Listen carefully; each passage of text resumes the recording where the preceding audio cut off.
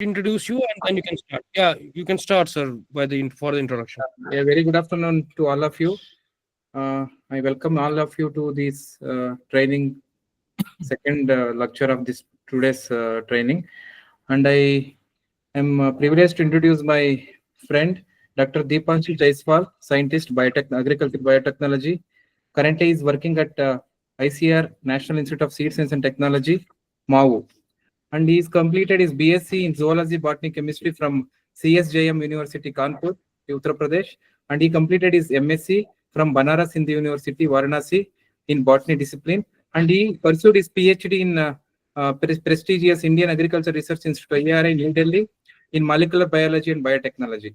And his current area of research and specialization are identification of genome-wide molecular markers and high throughput genotyping for dissection of complex seed traits, and plant diversity evaluation, genome mapping, and transgenic.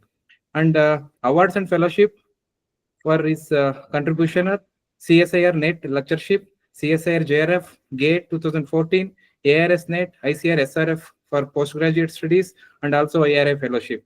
And silent achievements of his are selected for PhD at International Center for Genetic Engineering and Biotechnology, that is ICGEB, New Delhi, with third rank, and is selected for PhD at National Institute of Plant Genome Research, NIPGR, New Delhi, with first rank, and and he is reviewer of many prestigious research journal like Indian Journal of Traditional Knowledge, and reviewer for PLOS One, reviewer and editor in Frontiers in Microbiology, reviewers in Crop and Pasture Sciences, and reviewer in Horticulture Research. And he has many publications, around 20 publications in his name. And I welcome Dr. Deepanshu Jaiswal, and today he is going to deliver lecture on biotechnological aspects of seed production and quality control. Please, Dr. Deepanshu. Very good afternoon to each and everyone. Thank you so much, sir, for my introduction. Sir, I have one submission that because of network issue, shall I close my video because light fluctuation and today's Saturday now, so that maybe for 5 minutes you can switch on your video and then you can switch off. No issue. Yeah, because the network issue, sir. No problem. Yeah. Please. So, very good afternoon to everyone, and welcome you all to today's presentation. And the topic of today's presentation is biotechnological aspects of seed production and quality control. As we all know that the biotechnology as a subject is a combination of all the disciplines, all the subjects, and biotechnology has a practical application in seed science as well. Not only in the quality of the seed, but the identification of disease, identification of crop types, their quality, and many more things such as hybrid seed production technology as well. So if you see that the seeds are suffering from several kinds of stress, whether it is biotic stress or abiotic stress, and to tackle with these biotic and abiotic stress, and along with the quality of the seed, such as you have heard about flavor saver tomato, where ripening issue was there, and in the seed to address the problem of nutrient deficiency, there is golden rice. To address the problem of herbicide application and different virus resistance traits have been introduced inside the seeds only. So seed is very viable aspect for researchers and scientists in today's scenario of the climate change as well. So there are several approaches which are being used for enhancement and improving the yield and quality of the seeds. We can address the issue by using genetic engineering.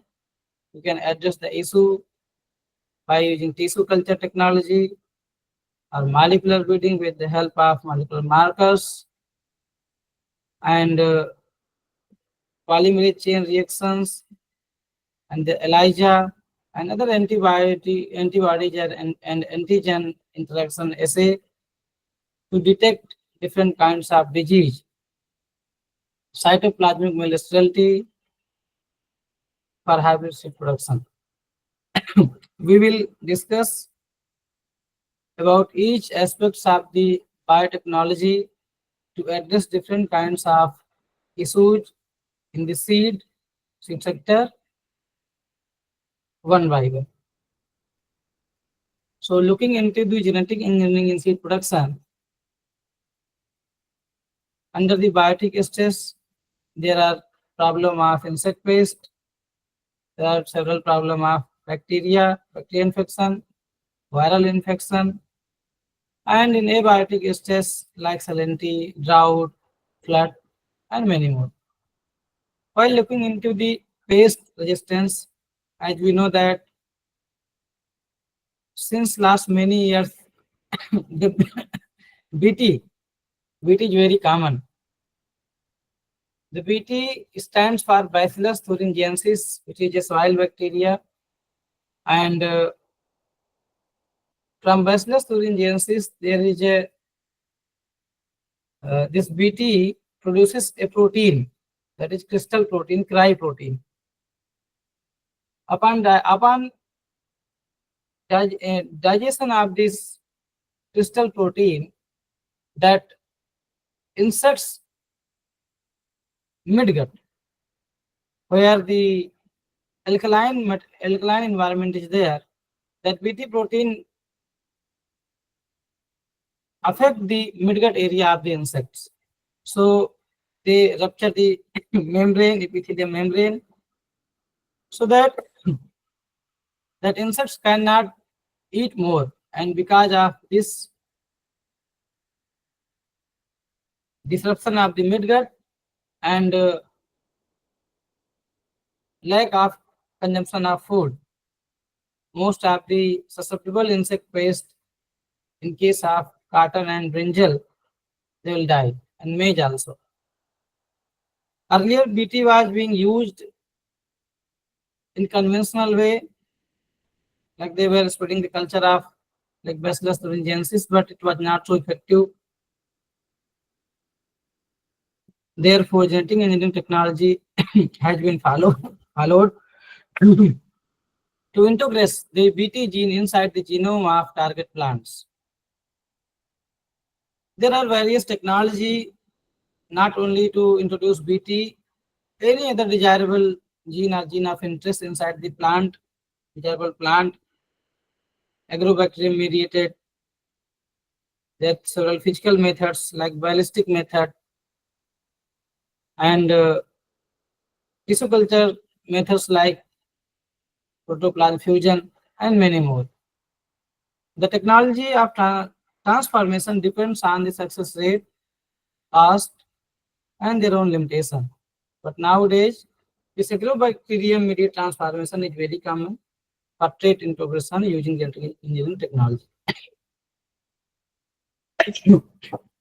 Till date, using BT crops, there are several crops where this BT gene has been introduced inside the plant like cotton, eggplant, maize, soybean, potato to address the problem of insect infestation. But till date in India, only BT cotton has been approved by the authority because of several environmental and human health issues. However, the eggplant, which is brinjal, that BT brinjal has been released by Bangladesh, looking into the demand and supply of the brinjal. This is small diagram stating how Agrobacterium tumefaciens TI plasmid can be isolated, and where in the tDNA region we can insert our gene of interest, and after successful ligation and preparation of recombinant TI plasmid, this TI plasmid is being introduced inside the plant cell, and using tissue culture technology, regeneration of whole plant having the desirable trait. In cotton, there are several versions of the transgenic BT, whole guard 1, 2, and 3. Whereas in case of brinjal, BT Uttara, BT Kajala, BT Nayantara, and BT IST 006 has been released.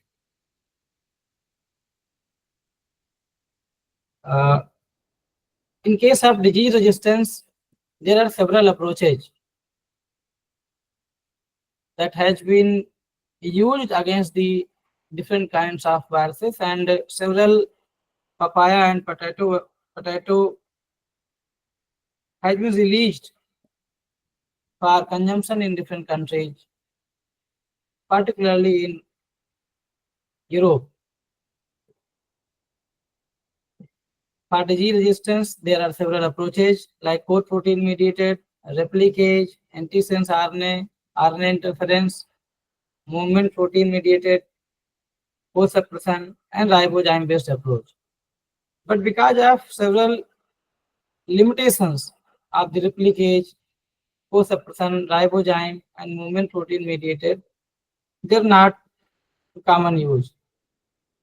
The product that has been developed using the genetic engineering technology was by using core protein of the virus. Few antisense RNA and RNAi technology has been applied, but the product has not been released. Only publication has came. So if we talk about the product, the son of rainbow of the papaya against the papaya ring spot virus, and new leaf potato again different virus, and BT also. So this core protein mediated product has been released, but there are also several limitations of the core protein that is known as risk. Because if that core protein had been transferred into some other viruses due to transpeptidation and recombination, then those viruses which has not been designed transgenically, they will also be transgenic. So new virus population will enhance, and that will be very devastating for the nature as well. And core protein may be transferred to wild type plants where we don't want to insert the transgenic traits.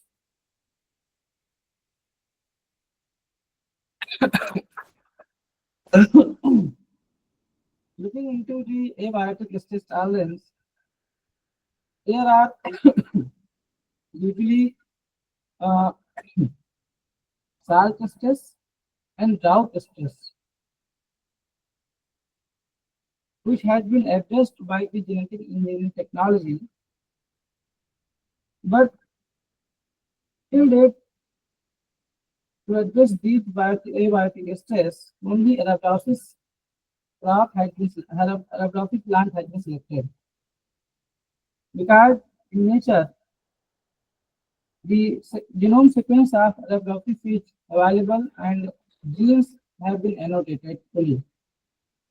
But in crop plants, when our desired product is yield and quality,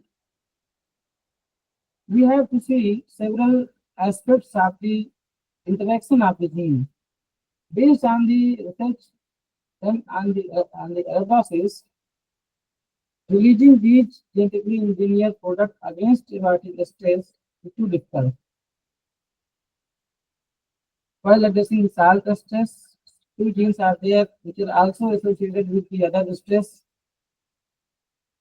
and their cross-linkage interaction of the genes is a major problem to understand completely before releasing the transgenic product dealing with the abiotic stress. So the insights came from Arabidopsis have been translated into food crops to improve their capability to endure environmental stress, but they have not been released in there. Looking into the improvement of nutrition quality, this state is very critical to tackle global deficiencies in micronutrients, particularly proteins, vitamins, iron, zinc, selenium, and iodine. The process is also known as biofortification, where we can aim to integrate high-value protein like sporamine from sweet potato, AMA1 from amaranthus, and synthetic storage protein like ASP. So ASP1 has been introduced into rice and cassava. A major achievement in biofortification is to see the golden rice, which aims to alleviate vitamin A deficiency. That is the leading cause of blindness and disease severity among children, particularly in African countries. So there are two versions of golden rice 1 and 2. Earlier, the 5-to-in synthase and 5-to-in desaturate were used, where scientists have enabled rice seeds to produce beta carotene, which is also a precursor to vitamin A. Thereafter,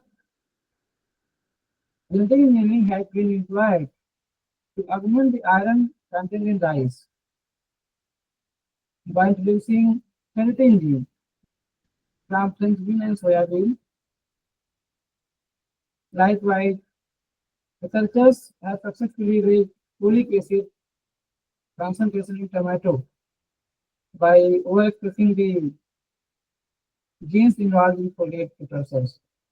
So these are few examples where the genetic engineering technology has been involved to enhance the nutritional quality of the food crops, and the target was like expression of the genes in the seeds or fruits.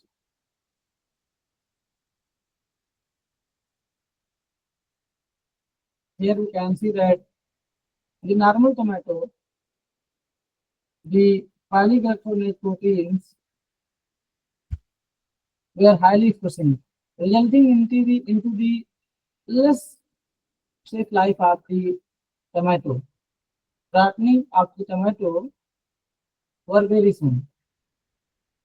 While using antisense RNA technology, the antisense RNA of the polyglycerol enzyme has been introduced into the tomato, and that resulted enhanced shelf life of the flavor saver tomato. This was the first nuclear modified food was approved in 1994, but due to several health issues and environmental concerns, in 1997, the flavor saver tomato was banned. The next is herbicide tolerance. The use of herbicides to kill several broadleaf and narrowleaf grasses, and to avoid the loss of our major crops or target crops by using several chemicals. The need was to develop herbicide tolerant plants or herbicide tolerant crops. So to reach this target, genetic conservation like introducing genes, those were involved in the herbicide detoxification or integrating herbicide sensitive versions or modifying the enzymes that are the target of herbicide to, to protect our crop from the herbicide. A prominent illustration of this is glyphosate resistance, often known as Roundup ready trait. Glyphosate is a broad spectrum herbicide that affect the enzyme EPSPS, enol pyruvyl cyclamate 3 phosphate synthase, which is major enzyme for synthesis of aromatic amino acids in the plants, like the aromatic A gene from Salmonella typhimurium, encodes the mutated version of EPSPS that has a reduced affinity for glyphosate due to the substitution of proline to, as you can see, proline to serine. So therefore, this mutant version of EPSPS enabling the enzyme to operate even in the presence of herbicide. Moreover, this glyphosate oxidoreductase box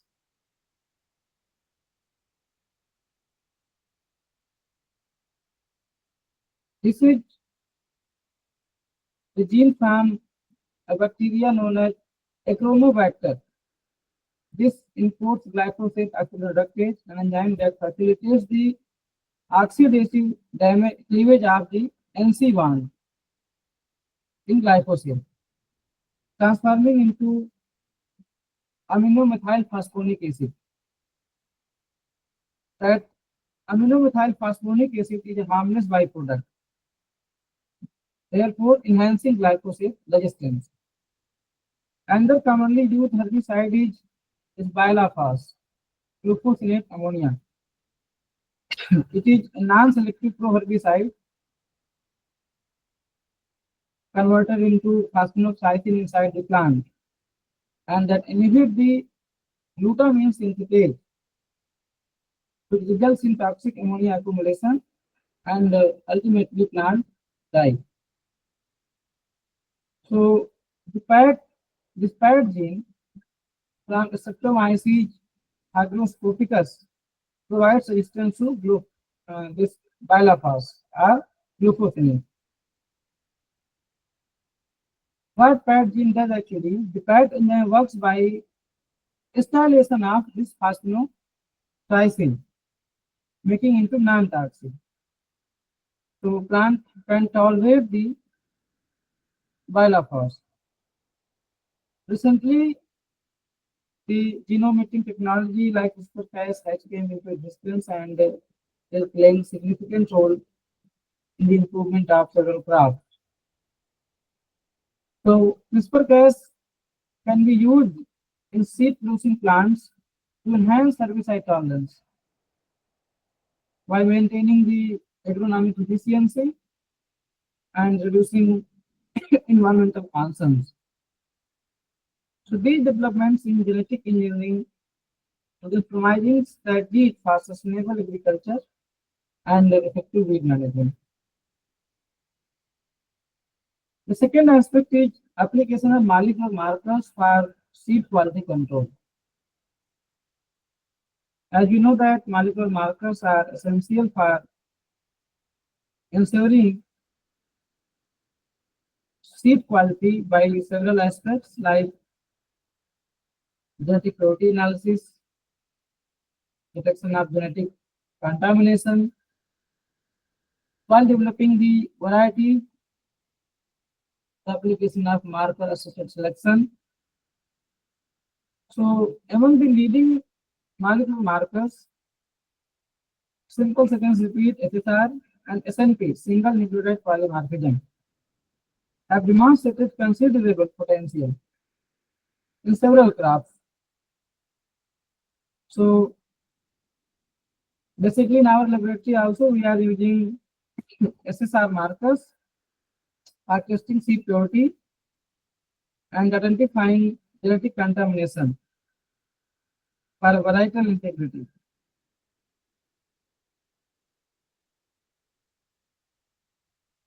If you see the different kinds of molecular markers like RFLP, resistant fragment length polymorphism,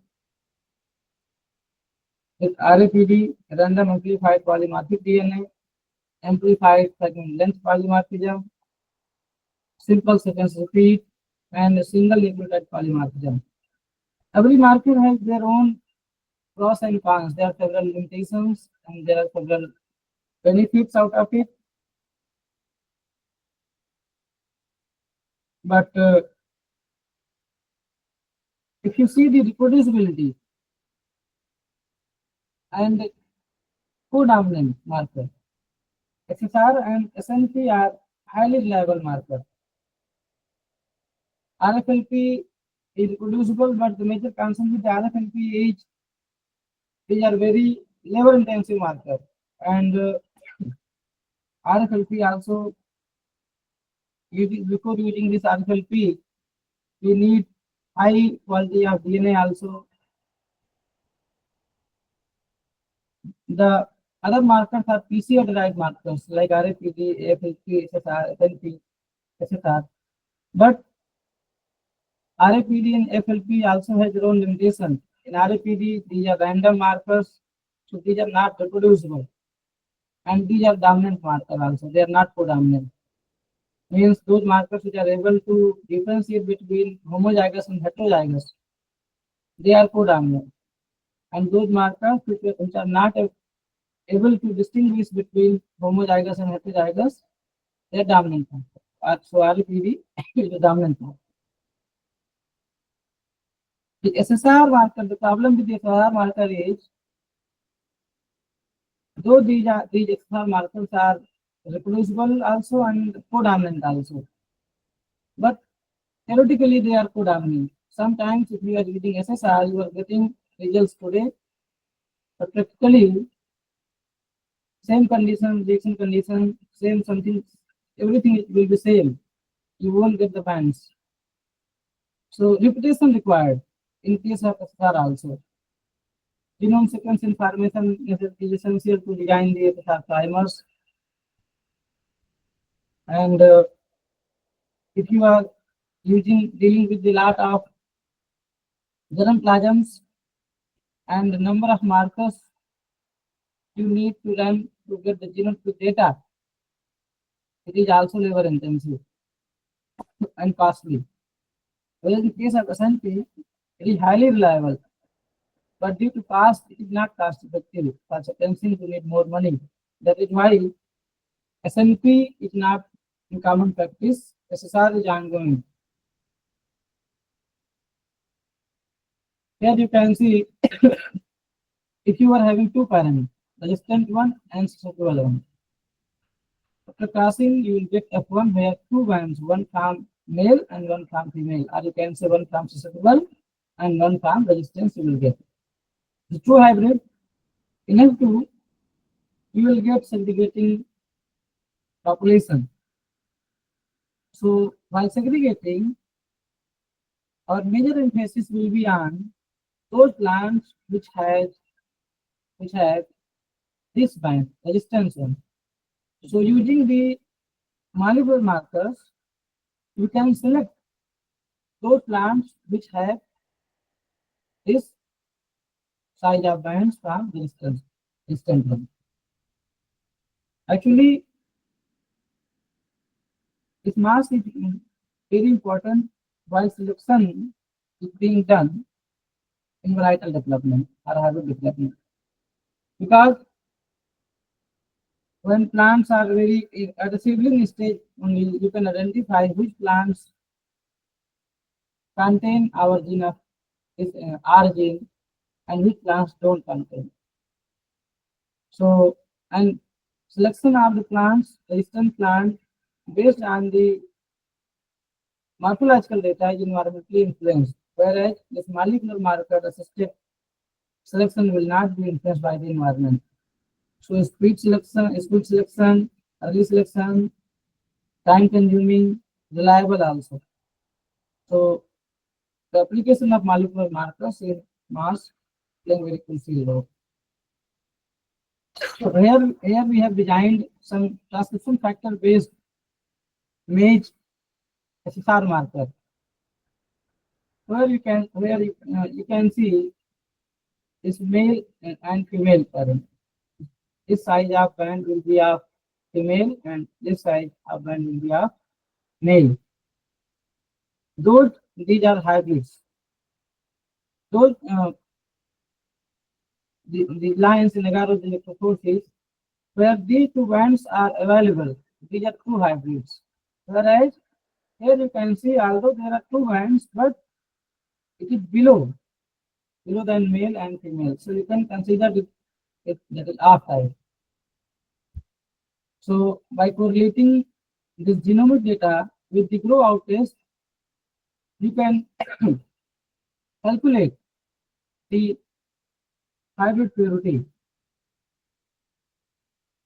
In case of match PMH1 and PMH10, there you can see that different kinds of different SSR marker were employed to see which marker is polymorphic. But as you can see, in the male and female, there is little difference somewhere and it may not. Like in port 1, 48, you can see female is blue and male band is after one, with upper one. But using this horizontal electrophoresis, like agarose electrophoresis, it's not too clear. So among these four markers, no one can be used to differentiate the male, female, and hybrids because of little difference. For this, we need polyfilament electrophoresis to get the different polymorphic marker, and thereafter you can use in the seed sector to know the genetic purity of the seed lot. Same here, the BNLG 1185 marker has been used where you can see that the half type, this one is a hybrid where both male and female band is there. It's half type, this one is half type, this one is half type. So likewise, you can calculate the genetic purity by using molecular marker. The next approach is tissue culture in seed propagation. Tissue culture methods including micropropagation and somatic embryogenesis that play a crucial role in the mass production of seeds by generating disease-free and genetically uniform seedlings also. These techniques improve hybrid seed production and they also facilitate quick multiplication of superior variety like banana and potato. In Thailand, tissue culture is extremely utilized to cultivate slow growing and environmentally delicate orchids in Thailand. And Thailand, at the present time, Thailand is a leader country in tissue culture across Southeast Asia, and they're producing almost 50 million plantlets each year, primarily comprised of orchids. This achievement has established Thailand as a top exporter of both whole and cut orchids. The shoot culture technique like micropropagation has also been honed on for the large scale propagation of bananas.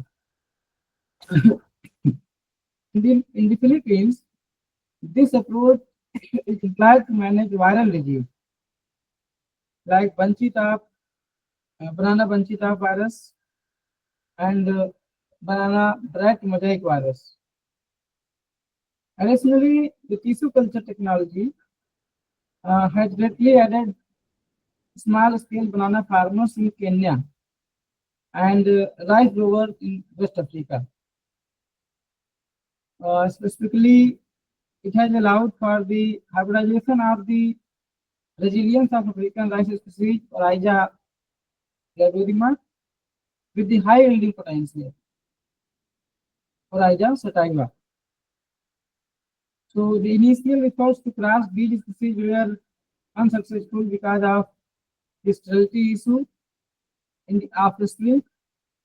However, the introduction of new rice for Africa, the America, in 1994 represented a significant achievement through the tissue culture technology, leading to the generation of numerous new lines of the rice.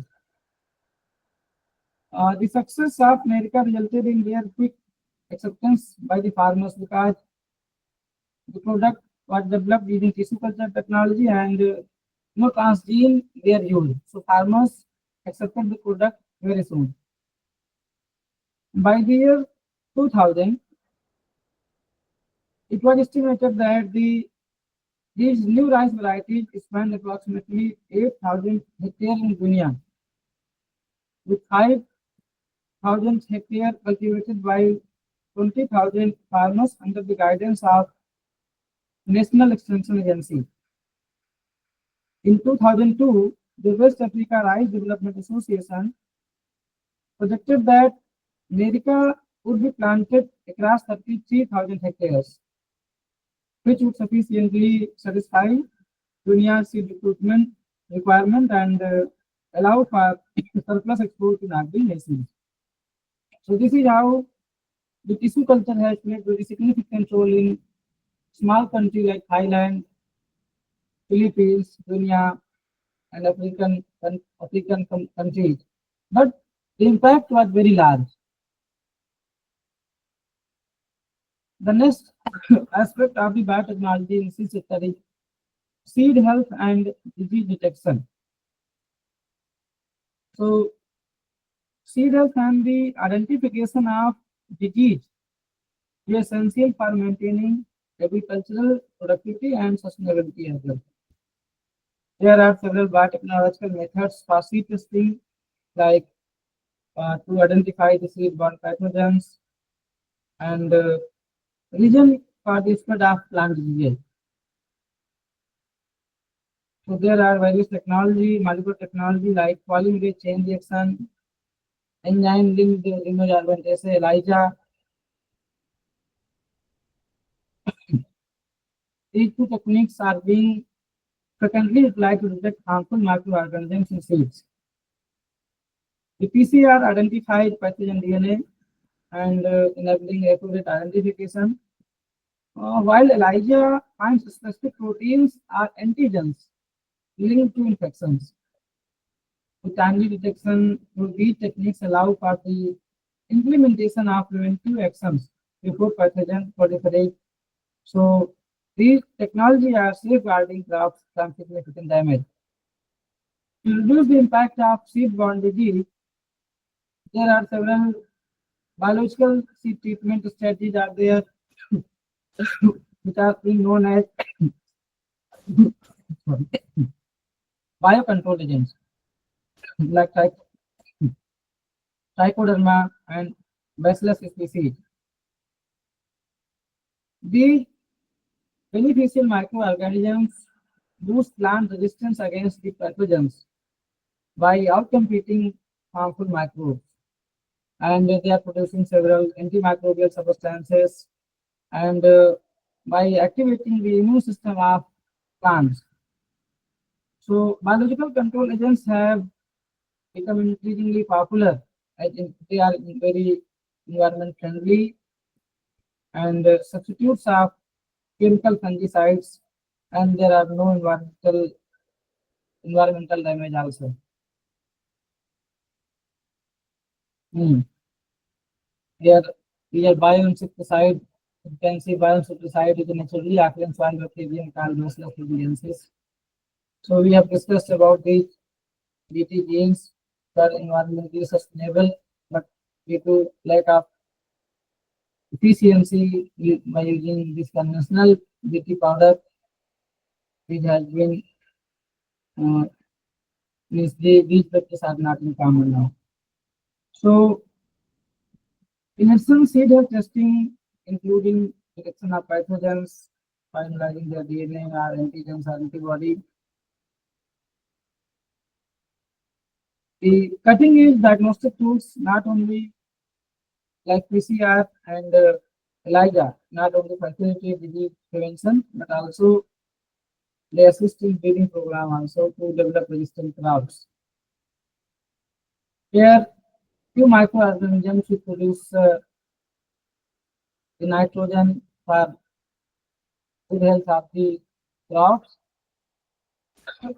Here you can see the gene and their source, like NIP genes, nitrogen fixation gene from Klebsiella, and these NIP genes are responsible for activation of nitrogenase enzyme, and several Other genes have been isolated from the plant source also and validated the role in micronutrients and macronutrients, nutrients and synthesis of important protein are growth regulating components.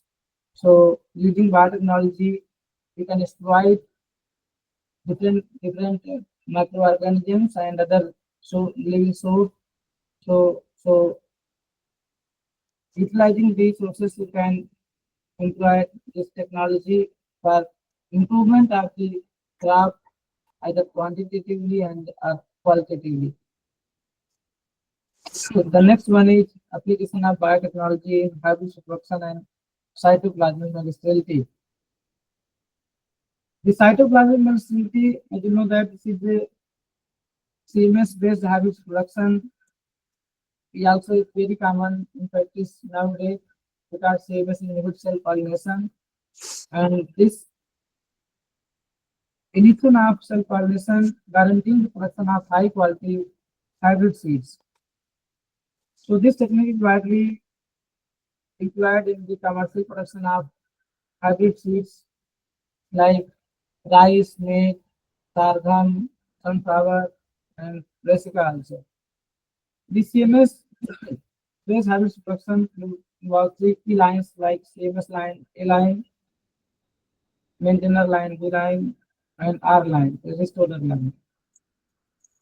So this procedure includes developing these lines, means multiplying CMS lines through grasses with the maintainer line and producing hybrid seeds by crossing the CMS line with the restorer line. This method creates the necessity for manual or chemical installation. So the technology is important to reduce the labor cost and they also ensure the consistent hybrid seed production with high genetic quality as well. Moreover, the CMS-based hybridization also promotes necrosis, leading to enhanced yield, disease resistance, stress tolerance, and many more. The limitations are in the effectiveness, means the effectiveness of the system basically relies on having suitable restorer line and the restorer of sterility or fertility may be affected by environmental conditions. And CMS systems are not universally suitable also for all the crops. And stringent isolation strategies are crucial to prevent contamination and uphold seed purity also. The latest technology is this GERD, gene switching and GERD. So though this gene switching and GERD both has been opposed by the government because some say that these technology are not in favor of the farmers. Because if you control the production of seed and the expression of regulatory weed, farmers cannot purchase every time the new seeds. But this genetic use resistance technology uh, can impact for indigenous people, local communities, small farmers also. Basically, in this technology, gene switching mechanism incorporates several things. The positive aspect of this technology is we can trigger the or activate the expression of the particular genes at particular stage, at particular time, at particular environmental condition. So basically, these are biotechnology-based gene switching. But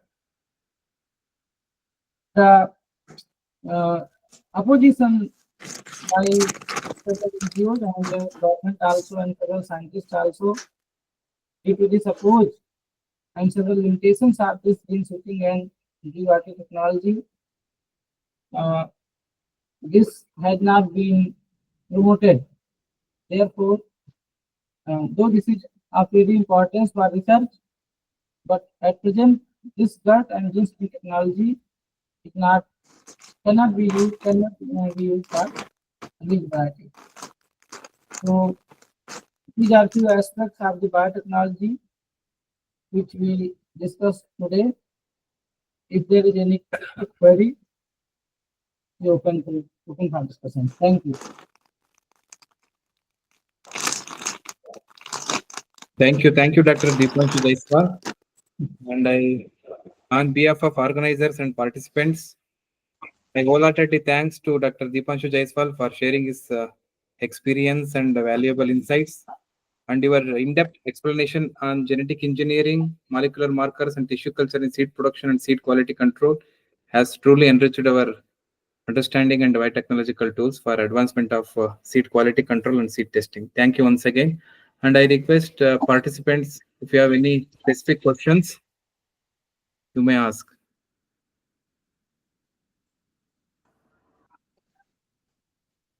Sir, Yes. Yeah.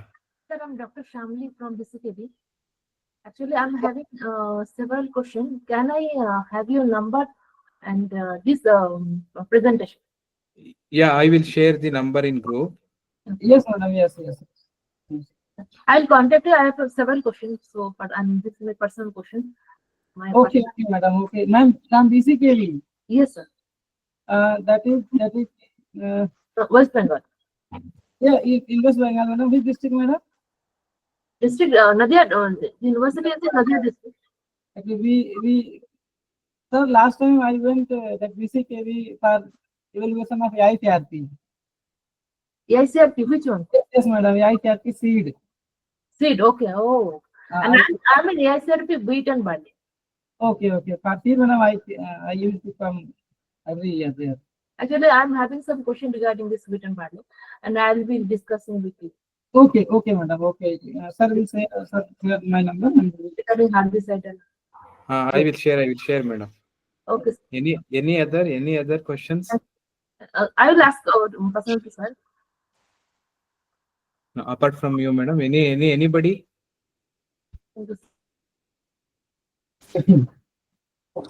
Sir, very good afternoon, sir. Yes. Good afternoon, sir. Sir, is there any biotechnological tool at the lab level presently utilizing, sir, the technology for testing GMT purity, like seed, any kit, ready check, ready-made kit like that? Any innovation is there, sir? Actually, we are currently working on the aspect of the longevity and germination test. So we have developed a kit in our laboratory and filed a patent also. And the biochemical and molecular reason behind this mechanism of seed germination principle, we are continuously working. But at now, these molecular markers are only available to test the genetic purity. No other chemical kit are available in the market to identify testing. No, you can use only